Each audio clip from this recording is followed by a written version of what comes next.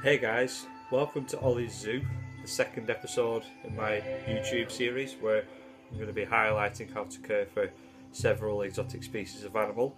And in this episode we're going to be talking about royal pythons, or Python regius as the Latin name says.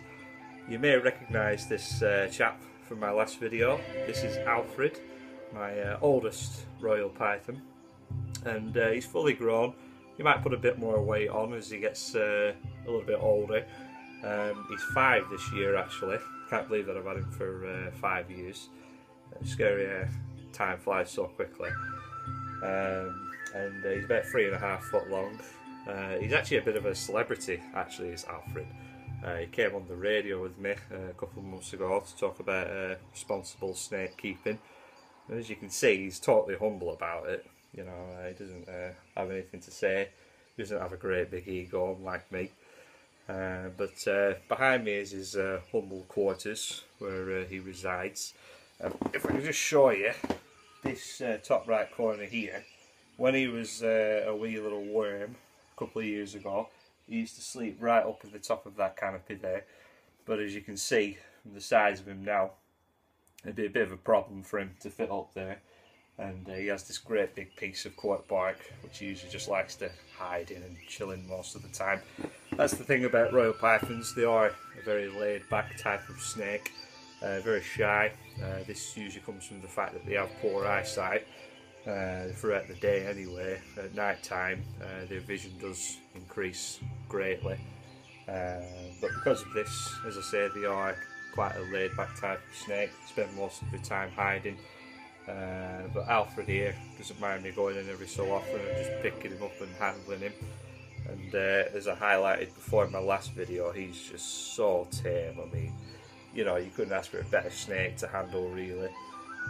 For those of you out there who may have a phobia of snakes, I'd so recommend a royal python if you're ever interested in ever keeping a snake. Just for how easy they are to keep really. From a keeping perspective, you know, they don't need any specialist lighting. I choose to keep mine in a vivarium with a heat lamp so that he does have some form of light that he can see, and then he'll have a grasp of day and night that way.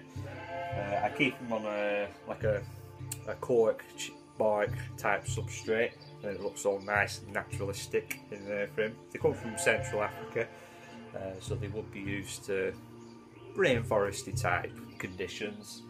The only drawback of a royal python really is that sometimes they can be fussy eaters, and by this I mean that they can sometimes go great periods of time without eating, and from a pet owner's perspective of course this can be worrying, but as most reptile keepers will know out there, royal pythons, they're quite happy just to live off oxygen really.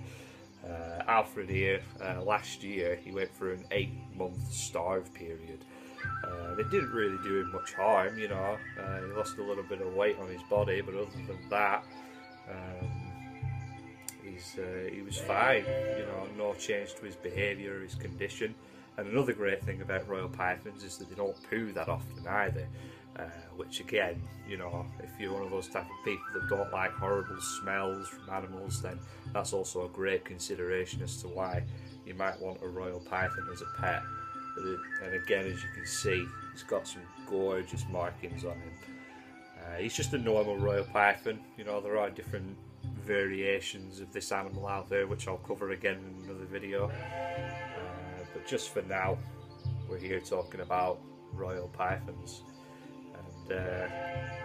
That'll be all for today guys, so I hope you enjoyed this video, learned a thing or two maybe if you're new to royal pythons. Don't forget to subscribe to my channel, that would be awesome if you could do that, and keep a watch out for the next video. Thanks guys.